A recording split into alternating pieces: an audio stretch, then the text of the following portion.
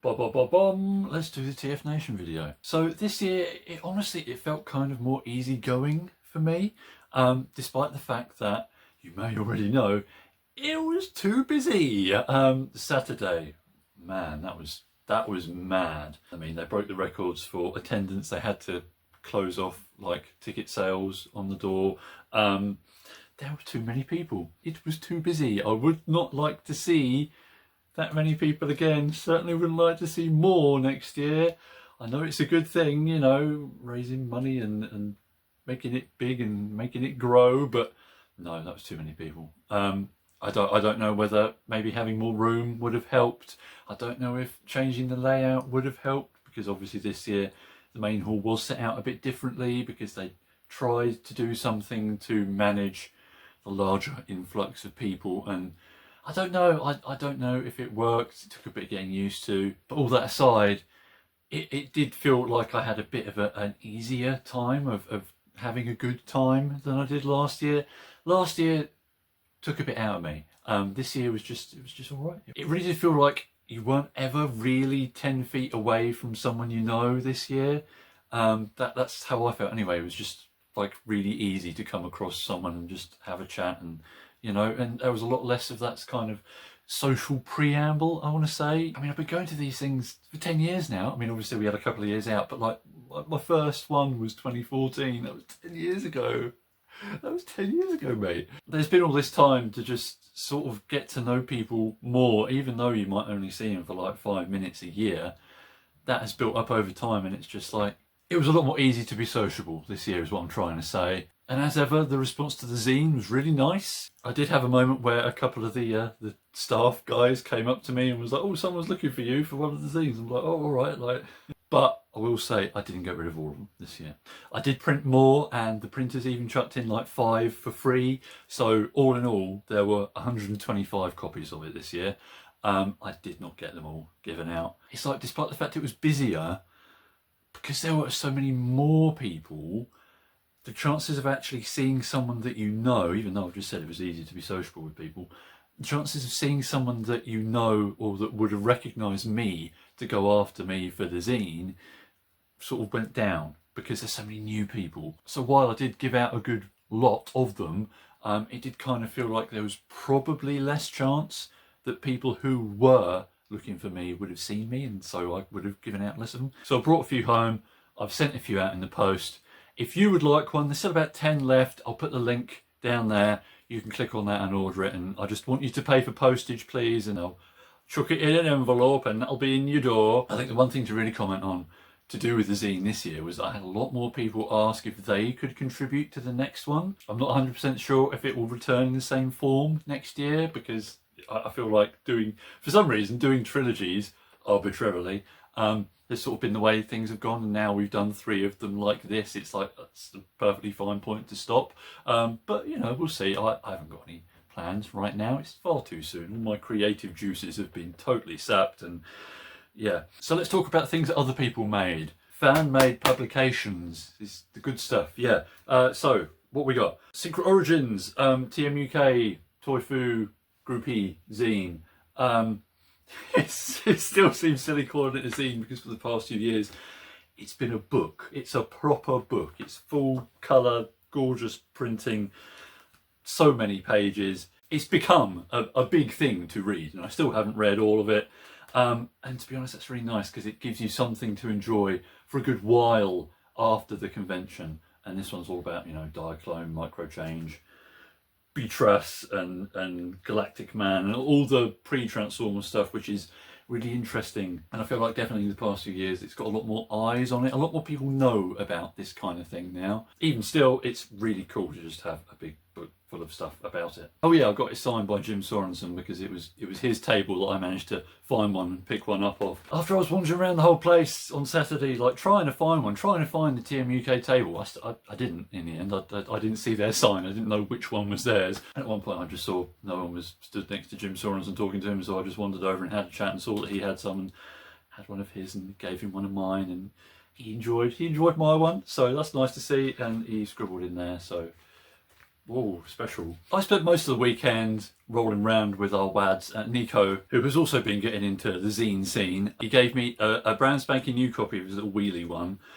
which I've got the original version of, but this one's all like more nicely printed and it's got some extra bits in it and it's cool, you know, it folds out. It's a transforming zine. Isn't that cool? But the more interesting thing from him was that he did a little run of his own little stories in a booklet. There's some quite personal stuff in here. It's all very good. It's just cool, again, to just have something that's a bit unique. He only did 25 of these just to give out to people that he knew. So that feels a bit special as well. I do like adding to the collection, adding to the shelf down here that you can't see that is all my zines. I also picked up a lovely little art book.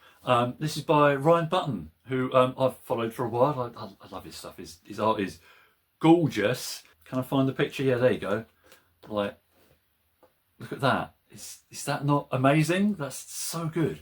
I love the way he does like really toy accurate stuff, and everything in here is like recreating the old box art with the new generation's figures. This is the sort of thing that I'd like to see more of, to be honest. I just want to go and buy a book off you. You know what I mean? It was nice having a chat with him as well. Absolutely nicest bloke in the world. Actually rolled up on Saturday wearing one of his t-shirt designs. Great stuff. Go and check him out. And the last thing I've got here that's in terms of paperwork, Sammy was there this year.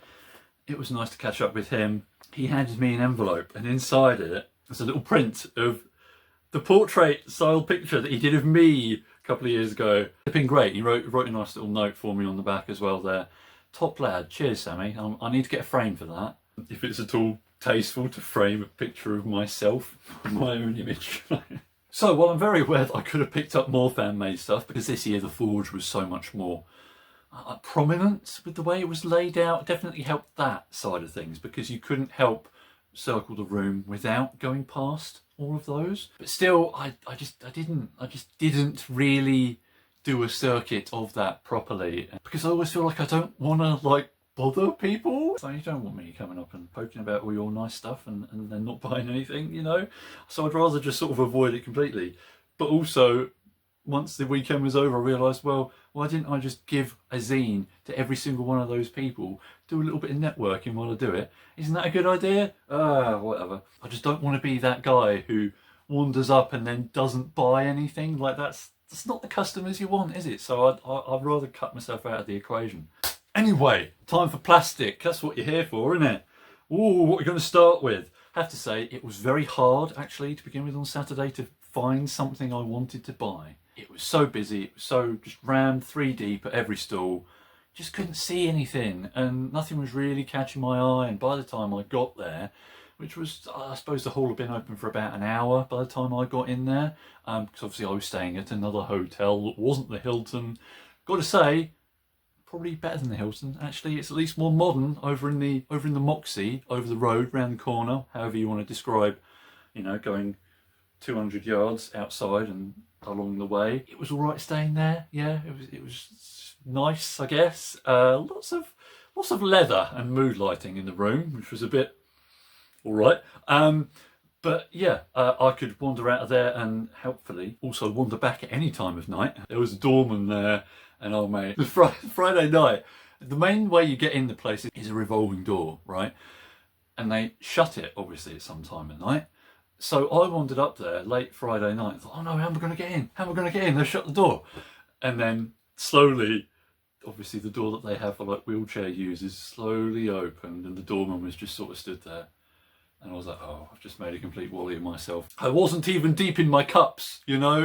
It was just like a moment of like, oh no, I'm not really paying attention. And yeah, then I saw him again on the Saturday night, and he saw me come in and clock me and open the door for me. And it was like, oh yeah, all right, mate. So yeah, that side of the experience wasn't bad. You know, it wasn't inconvenient having to stay in a different hotel at all, to be perfectly honest. Anyway, yeah, I rolled up on Saturday. All the brand new stuff had just gone. You know, I saw photo evidence and in-hand evidence of like Studio Series Bumblebees and like they had some One figures there. I didn't see any of them in person anyway, I only saw pictures afterwards. I just got there and like half of In Demand had just been stripped bare. You know, none of the legacy stuff I wanted. I had no chance at finding a Barrage and Chop Shop set, which is what I really wanted to find. Yeah, so I was just sort of left with the scraps, is what it felt like. You know, like Saturday very quickly turned into what Sunday feels like, where there's just not so much left on every stall. So yeah, it took a while to get going. I think the first thing I parted with cash for was the Legacy Select box set Jazz, because Arviv had said, does anyone want to split this? It seems to be it's just sort of a tradition. When they do one of these box sets and TFN rolls around, it's just like, we'll just split it with your mates and get the bits you want out of it. So I got Jazz out of there, because honestly, when they first showed this off, it was like, that was the only bit I was really fussed about. Like, they all look nice. Yeah, they do. But like 100 quid for 5 toys I've already got is, nah.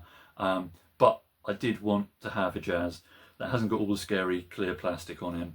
And it's nice, It definitely feels better, like sturdier in every way. Whether or not he really looks better than the one I've already got, that I've covered with the Toy Hack stickers, is debatable, but I've got one that I feel like I can actually play with now. So next up was a couple of bits from the Space Bridge. I mean, I felt like their stall this year was smaller. Last year they had a massive bit and there was loads of good stuff on there that I was after. So when I rolled up and saw that they only had this little corner bit and lots of less stuff that I was after, a little bit disappointing, but I still found a couple of bits that were worth getting, or at least Beast Machine's Scavenger felt worth getting.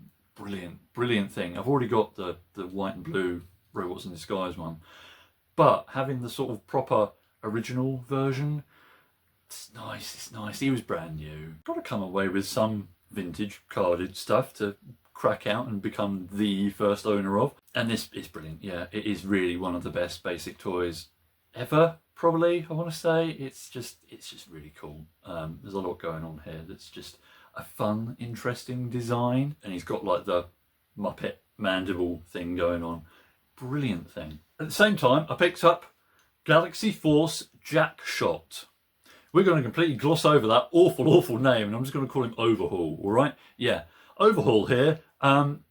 He's all right. This is the first proper Galaxy Force thing I've got. I've already got Brushguard. I've had him for ages, and I really like that toy. I love the deco. I love the wacky character that is attached to him.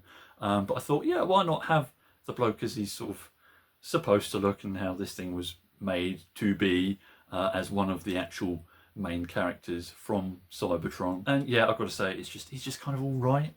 Not really doing that much for me, because I already know how sort of awkward this toy is with his weird arms.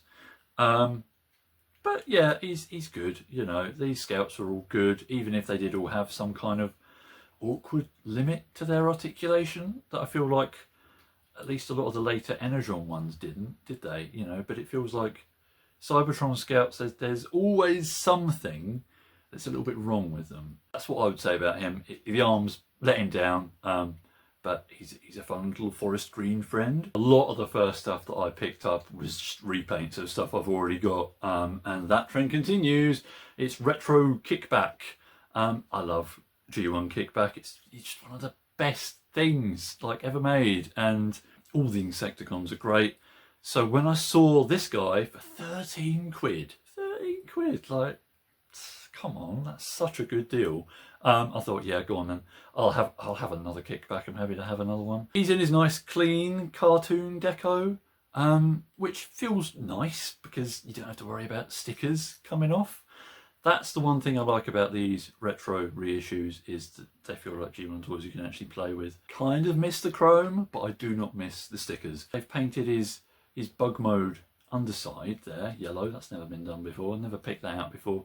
And he's got the big badge on his bug head. But of course, like, when you turn him into a grasshopper, the badge is then right next to another badge that is already on his chest that is upside down. And it's like, having two of them there, no, it doesn't look any good, does it? But for 13 quid, cannot go wrong with that. It came with like 6 cola cubes as well. They were delicious, yeah. Oh yes, I've forgotten the very first thing I actually got on the Friday night.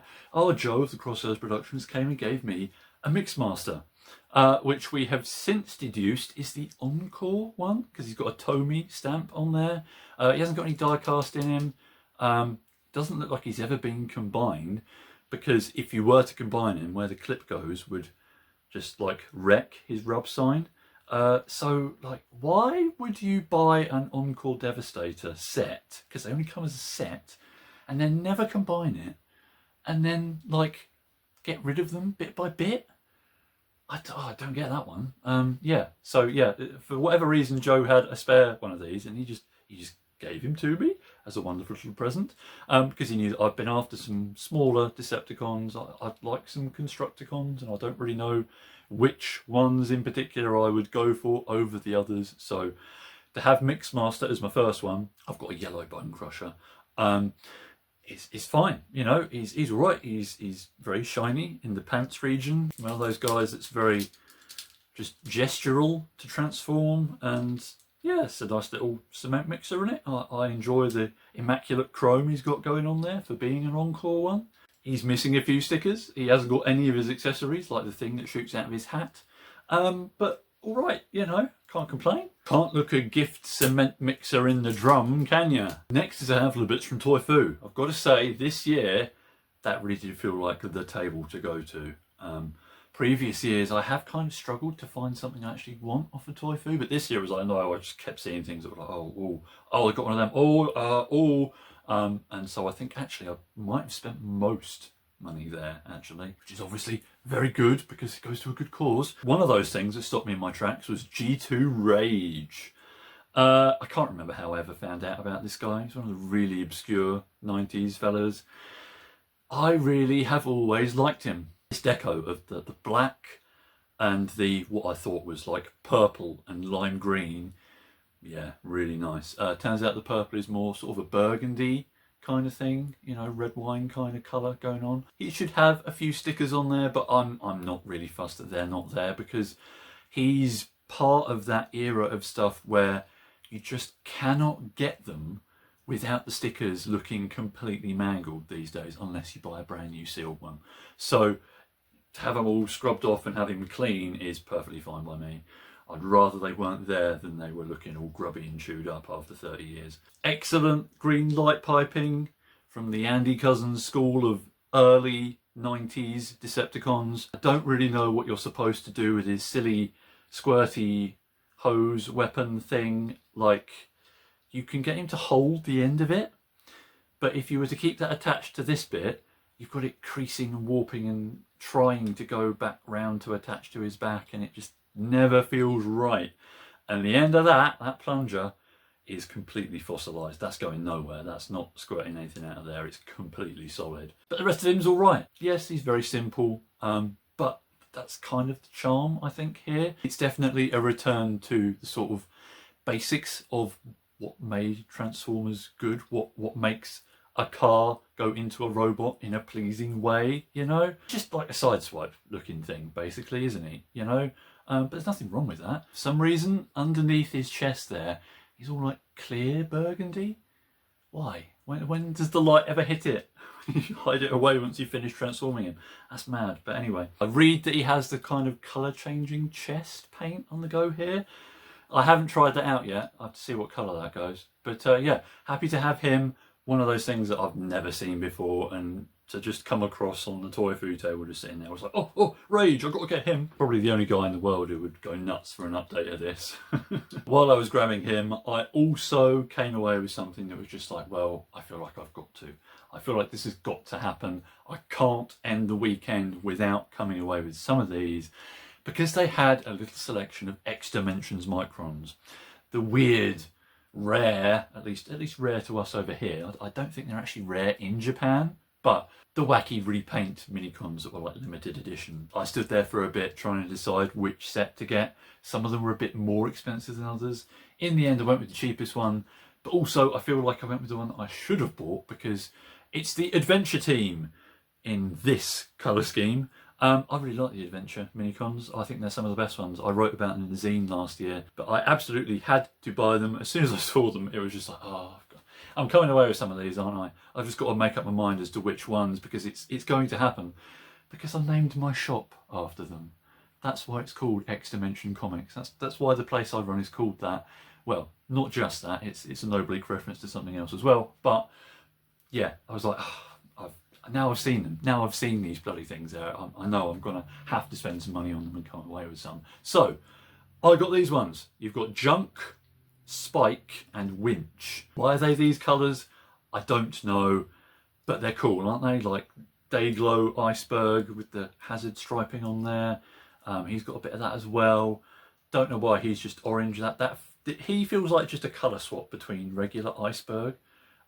Just, yeah, it feels like exactly the same colours, but they're nice and they're rare, or are they? But they're probably going to go and live in my shop now as some kind of totem. Stick them back in their Minicon panel shaped bubble and stick that on the wall, and maybe they'll bring me good fortune. I think that's about everything that I grabbed on the Saturday, apart from one thing. So a big flavour of the convention was those Blockies kits, or I want to call them Blokies because that's funny. You know, they're just little blokes, aren't they?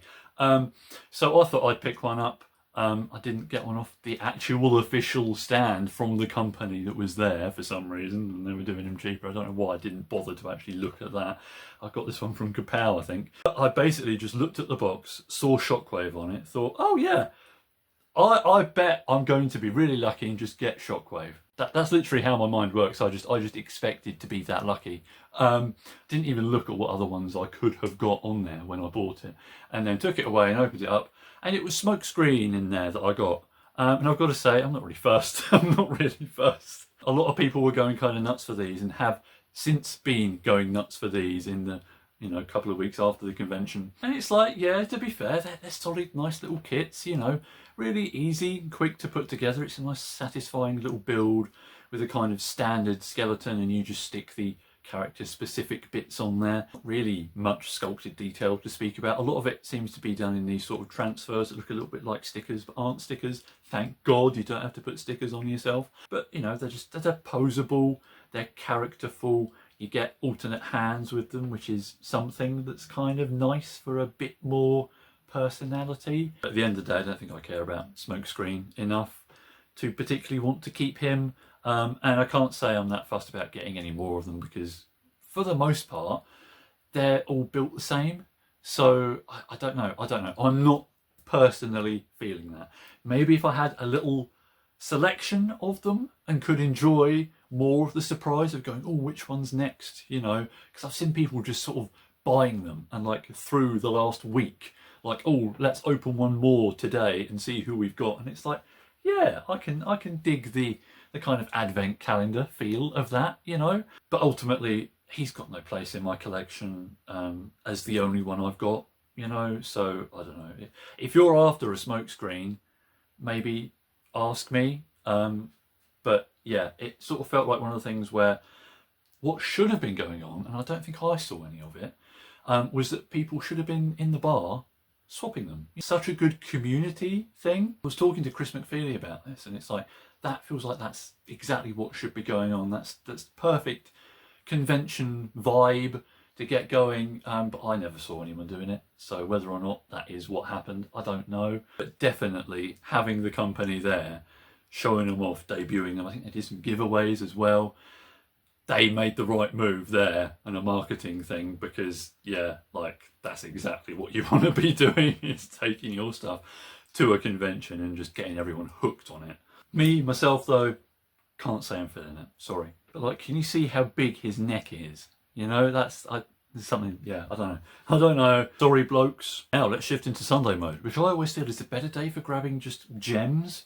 You know, I don't know whether it's just because there's less people around, you can really get your eye in, but Sunday is the day. Let's start with Movie Long Arm. Oh yeah, what a good toy this is. Absolutely one of those things where you can say they don't make them like this anymore. He's a deluxe and he's enormous. He's just hench and big, and the detail is great. I got this first as Hoist years and years ago. Like I got him in like 2010.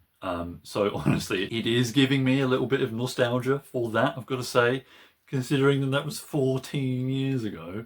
I've had him on my eBay watch list for ages, like literally years. And so when I found one there for 15 quid, you know, loose, complete, in pretty much like perfect nick, to be honest. Yeah, I couldn't say no to that. I was like, oh yes, there we go. That's the sort of stuff we're looking for. It's such a good toy. You know, the light piping, the sculpt, the massive gun that's made out of his crane. It's a little bit cumbersome, but what a cool robot. A big, menacing bloke that they decided to tie the character of the nicest, most helpful, most chill guy in the world to. You know, he's great. Long Arm is brilliant. The first movie toy line continues to be peak, and honestly, this is one of those things where I look at it and go, well, I'd love them to dip into this sort of stuff in studio series, but there's no way in hell they could ever improve on this. You know, it's like, oh, he hasn't got ankle tilts, boo-hoo. Like half of the studio series stuff we're getting now doesn't have ankle tilts. You know, how could you possibly improve on this? He's not going to have light piping, he's not going to have a missile launcher, he's not going to be this ruddy enormous. So why even bother? So yeah, Long Arm, more like Don Arm. No, not that. Returning to the toy food table, I managed to pick up the last Energon combiner that I've needed. This is Treadshot, the last limb that I needed for the Superion one that I started like 19, 20 years ago. That was the first combiner I probably went after, and now it's finished. And I can say with some confidence it's not very good. Right? Yes, I had the box set they did of the Revenge of the Fallen version of that. It's such an awkward thing. Like once you actually get all these what are very good individual robot figures together, it's such a bloody awkward thing with no real hands or feet or arms. It's like, why did they think that was good? But I've got to say, like, the individual guy here is really slick. Like this black and gold light blue deco is nice. Is good. And like I have said in the piece I wrote for the zine this year, which was about another one of these combiners, they've all got light piping. They've all got full ball joint, you know, like Beast Wars basic articulation.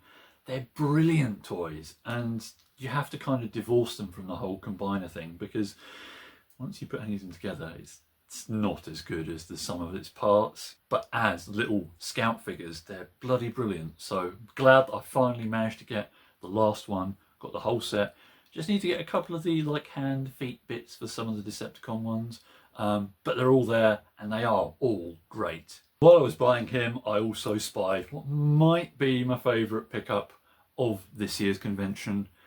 Something that I've never really been fussed about, and I think at the time, when it was new, I didn't actually like it at all.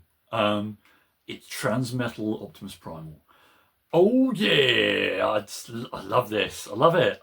He was just stood there like that, and it just caught my eye and thought, oh hello, yeah, I can go for some of that.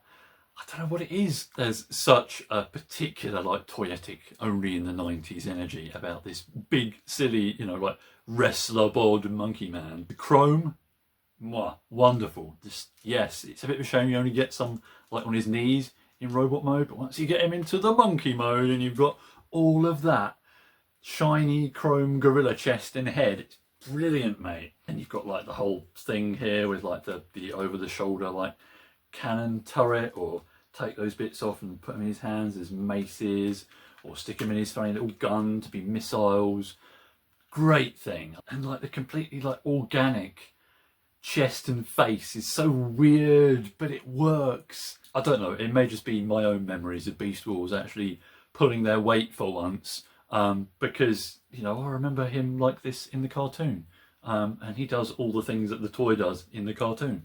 You know, surfboard ape is mad. It's silly. It shouldn't really be any good. It's not quite that good actually, but it's like legendary. So nothing to complain about here at all. Love this thing. I'd say, I don't know, maybe you had to be there in 1998, but of course I was there and I wasn't feeling it then, but I am now. Actually moving into the present day though, we've got like the one new legacy thing that I actually managed to spy and pick up and go, oh, they've got one of these, have they?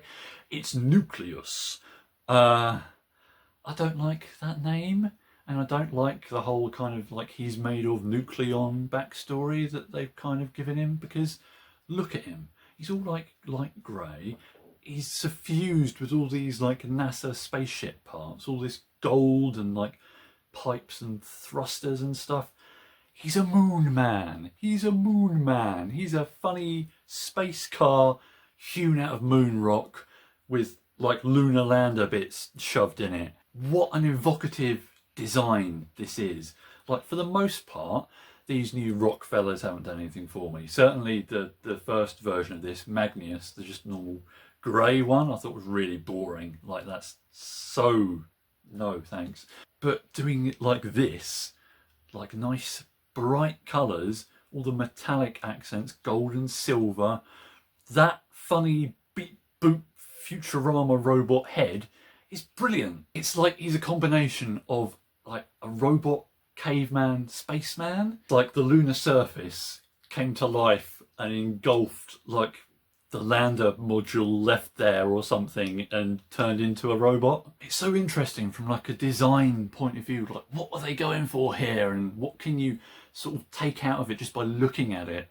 Because obviously what you're being told about it from Mark Mayer's Instagram is just not what you're looking at, you know? Like, why say, oh yeah, he's to do with nucleon?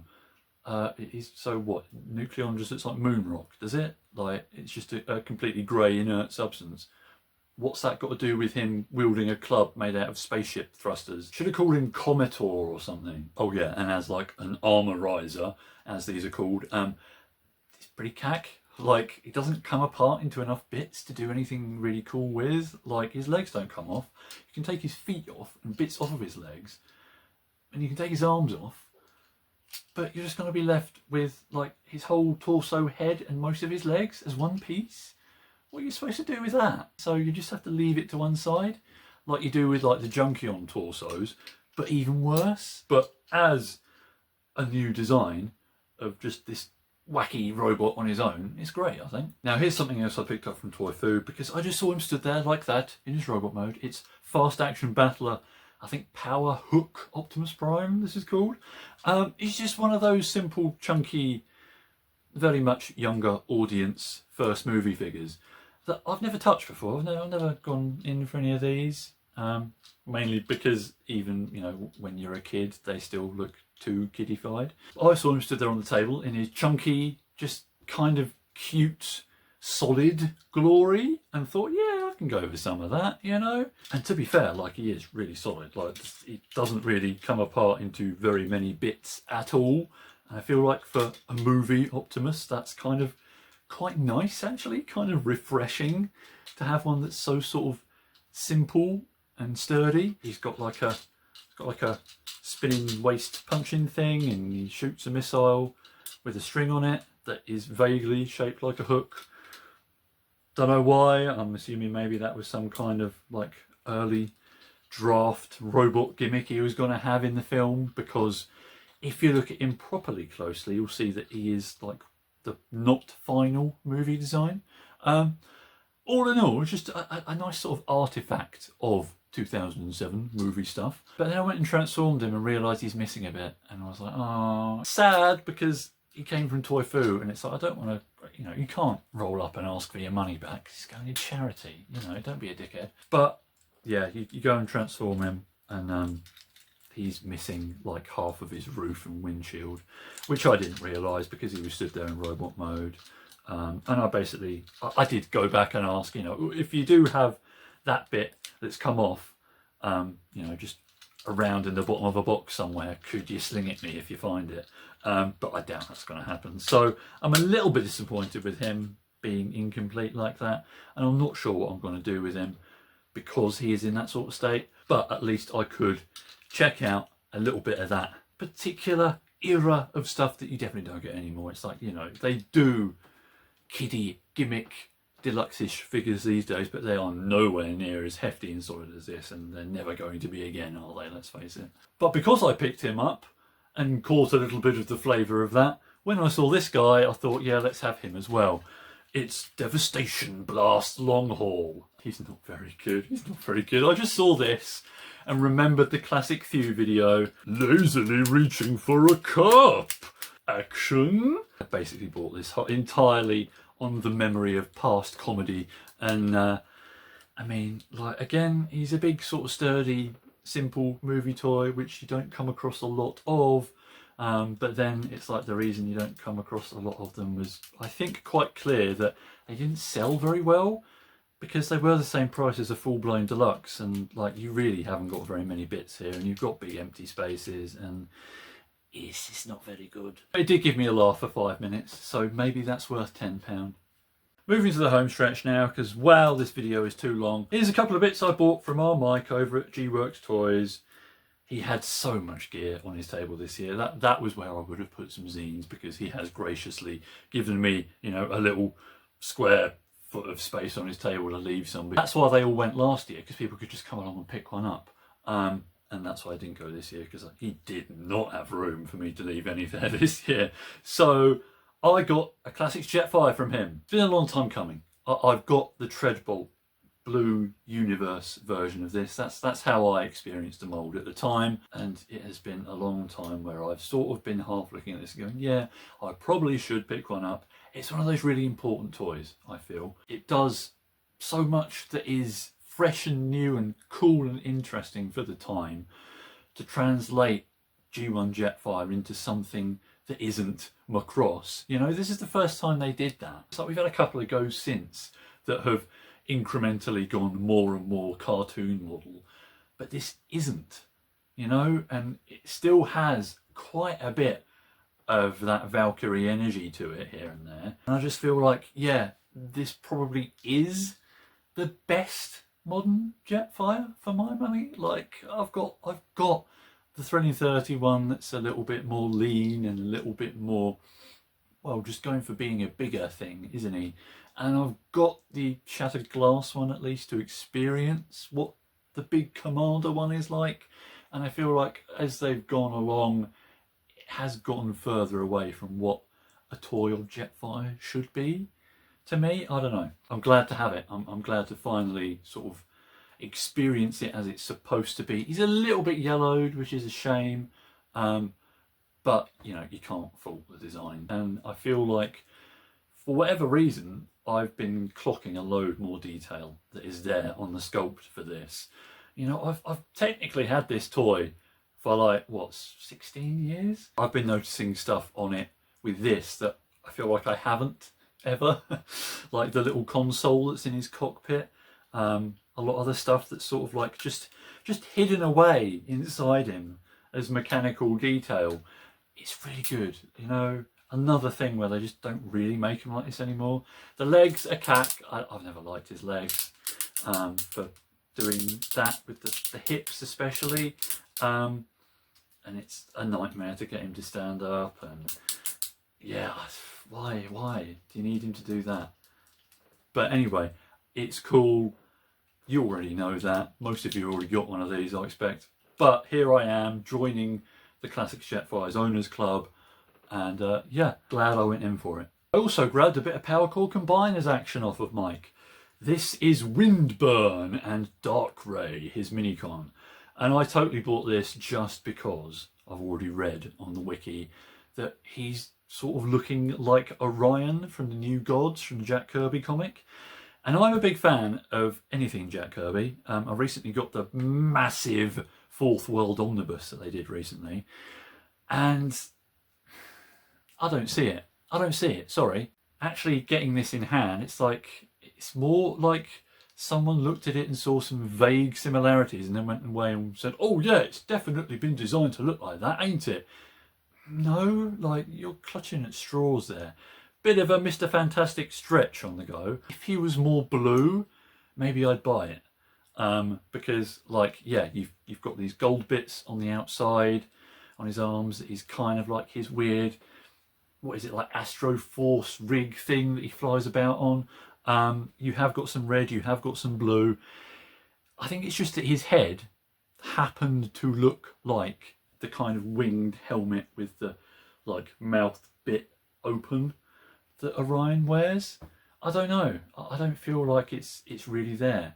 And then of course, like, his minicon is called Dark Ray, and it's like, oh, that's like a reverse of Light Ray. I don't know. I'd love to get some sort of like actual designer commentary on that to say, yeah, that's what we did. Yeah, definitely, yeah. But until we hear that, I don't believe it. I think that's just a big case of just inferring some kind of design intent that isn't there because you noticed two things that look similar. Anyway, it turns into a Chinook helicopter. You know, it's a cool little mould. Cool to have a Decepticon one of those. Again, like, why would you make like your Transformers Orion a Decepticon? It's like, okay, yes, he's from the evil planet Apocalypse, but he should be a good guy. So I don't get it. It is a cool little toy. My Searchlight, which was the first version of this mould, has kind of crumbled to pieces. So yeah, I don't know how long he's going to last. Does seem to be a limited time span on all these power cord combiners ones for whatever weird reason. It seems like the plastic they use on them isn't lasting, and he's certainly making some horrible creaking noises. So who knows, maybe in a couple of weeks he'll just disintegrate. But for now, yeah, quite enjoying that. But there we are, right to the end. And I've got to say, most years on the Sunday, it just gets to a point where it's like, yeah, I've had enough. I don't need to buy any more. I am sated. I am satisfied. Everything else left in this dealer room is doing nothing for me. Let's just go sit in the bar and muck about with what I have bought. That didn't quite hit this year. I was left still wandering around at the point where they said 5 minutes till we close, looking for other things to buy. Because at the time it didn't really feel like anything I'd got had really hit. It's only since I've come home and had the time to enjoy them that some of this stuff has really hit for me.